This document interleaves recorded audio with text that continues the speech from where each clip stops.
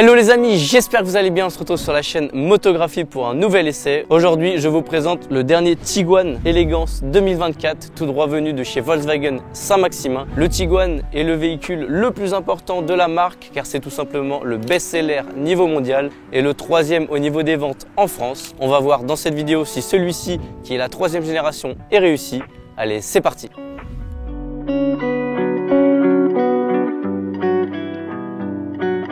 D'un point de vue extérieur, il n'y a pas de grand changement avec la phase 2 du Tiguan auparavant, seulement 3 cm de plus en longueur, il garde le même empattement. À l'avant, on a une calandre qui ressemble beaucoup plus à la gamme ID avec un avant très fin, une calandre au niveau du bas et surtout la barre de LED qui rejoint les deux feux à l'avant. Globalement, le Tiguan est beaucoup plus rond, ce qui fait qu'il améliore également son taux de pénétration dans l'air, passant de 0,32 à 0,28, donc ça c'est plutôt intéressant pour la consommation. Sur ce modèle, on a une peinture métallisée en option à 700 €. Franchement, je la trouve plutôt jolie. Les jantes, elles aussi, sont en option à 705 €. Ce sont les jantes alliage léger 19 pouces Catania avec les pneus auto colmatant. Sur la version d'origine, ce sont des jantes de 18 pouces. Sur celle-ci, on est sur 19 pouces. À l'avant, on a les fameux IQ Matrix LED qui éclairent super bien avec plus de 18 000 LED, donc ce qui permet d'avoir vraiment une sécurité optimale pour la nuit. Sur ce modèle, on a également le toit ouvrant panoramique, donc ça c'est plutôt sympa,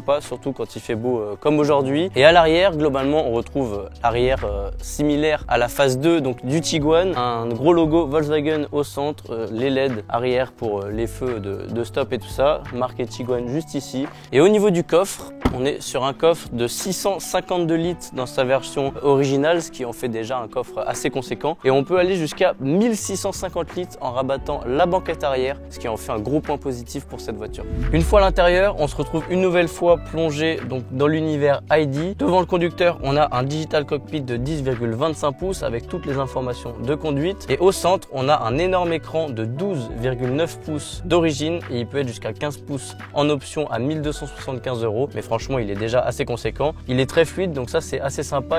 On peut gérer absolument tout, Apple CarPlay, les réglages de la voiture et tout. Au niveau des matériaux, c'est là où Volkswagen a mis le paquet par rapport à sa version 2 du Tiguan avec du faux cuir, mais également du plaqué brillant rétro-éclairé, donc je trouve ça très sympa. Franchement, l'intérieur est assez réussi. Évidemment, on a aussi le levier de vitesse qui est maintenant au volant et non au milieu, et on a cette petite molette qui nous permet donc de changer à la fois le volume mais également l'éclairage d'ambiance ou encore le mode de conduite. Au niveau des sièges, on est très bien installé, que ce soit à l'avant ou à l'arrière. D'ailleurs, je vais vous montrer l'arrière tout de suite. À l'arrière, une nouvelle fois, Volkswagen nous a pas menti, on a de l'espace. Et ce qui est très sympa, c'est qu'on peut régler la banquette arrière, que ce soit ces deux-là ou celui-ci, pour pouvoir donc agrandir le coffre qui est derrière si on ne veut pas rabattre les sièges. Ça y est, on est à bord de ce Tiguan 3e génération. Évidemment, c'est un vaisseau amiral. C'est super confortable. Comme je vous dis, on est très bien installé dans les sièges. En plus de ça, on a les sièges massants. Donc là, avec Arnaud qui est derrière la caméra et moi-même, on est en train de se faire masser tranquillement pendant qu'on roule. Et ça, c'est très appréciable. Au niveau des performances de ce véhicule, donc on est sur la motorisation 2 litres TDI 150 chevaux avec la boîte DSG 7 qui est très agréable. Des performances notables, 9 secondes le 0 à 100 km/h, en même temps c'est pas ce qu'on lui demande. Une voiture qui fait quasiment 1,7 tonne, on est à 1677 kg. Une vitesse max bridée électroniquement à 207 km/h, donc ça fait,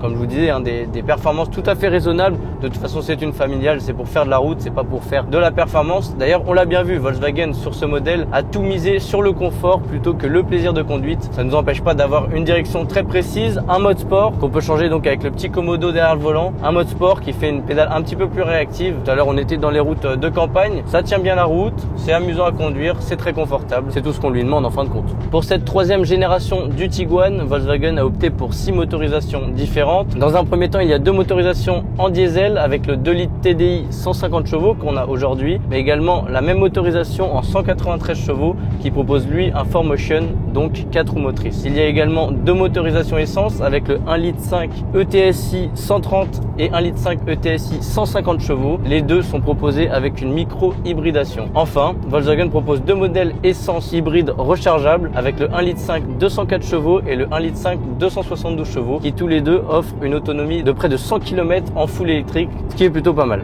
Pour ce nouveau Tiguan, Volkswagen n'a cependant pas opté pour un modèle 100% électrique, contrairement à certains de ses concurrents comme Peugeot par exemple avec le 3008. Car oui, Volkswagen, avec ce nouveau Tiguan, se place dans la concurrence directe avec le Hyundai Tucson, le Peugeot 3008, le Renault Austral et encore bien d'autres dans la catégorie des SUV compacts. Contrairement à l'ancienne génération, ce nouveau Tiguan opte pour un levier de vitesse comme la gamme ID, c'est-à-dire derrière le volant, tout se fait au doigt, il n'y a plus de levier au centre. Au centre, on a une petite molette sur laquelle on peut régler soit le volume de la musique, de la radio ou du téléphone, ou alors l'éclairage d'ambiance ou le mode de conduite qui peut se changer. Il y a 4 modes, le mode éco, confort, individual et sport. Au niveau de la consommation, donc ce Tiguan est un diesel, ce qui consomme à peu près entre 6 et 8 litres au 100, on va dire, en consommation mixte. Évidemment, si on commence à mettre le mode sport et qu'on tape un peu dedans, vu que c'est une voiture assez lourde, on a tendance à vite augmenter la consommation. Cependant, le freinage est plutôt bon et l'amortissement est très sympa. Vraiment, c'est très confortable et je le répète car c'est un gros point fort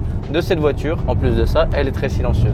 Au niveau du prix, le modèle qu'on a actuellement aujourd'hui est proposé à 50 990 €. Pour rappel, il y a 1 400 € d'options entre la peinture et les jantes. Alors de toute façon, de nos jours, les prix des SUV ont totalement augmenté. Je trouve ça assez raisonnable pour la qualité de l'auto que c'est. On peut comparer par exemple à d'autres concurrents qui n'hésitent pas à mettre des prix bien supérieurs. Alors évidemment, celui-ci ne possède pas toutes les options possibles et l'addition peut vite monter. On est sur un modèle de 2024. Évidemment, il y a toutes les aides à la conduite que vous pouvez rechercher, que ce soit le parc assist, les caméras de recul, le lane assist, le régulateur de vitesse adaptatif, etc. Ça peut aider pour ceux qui se sentent plus à l'aise avec. Les amis, ça y est, cet essai est terminé. J'espère que la vidéo vous aura plu. Un grand merci à Volkswagen Saint-Maximin pour le prêt du véhicule et leur accueil toujours au top. N'hésitez pas à aller les voir pour tout ce qui est véhicule occasion et neuf. En attendant, je vous dis à très bientôt sur YouTube. N'oubliez pas de liker, commenter et vous abonner pour ne rien rater des prochaines vidéos. C'était Motographie. Ciao!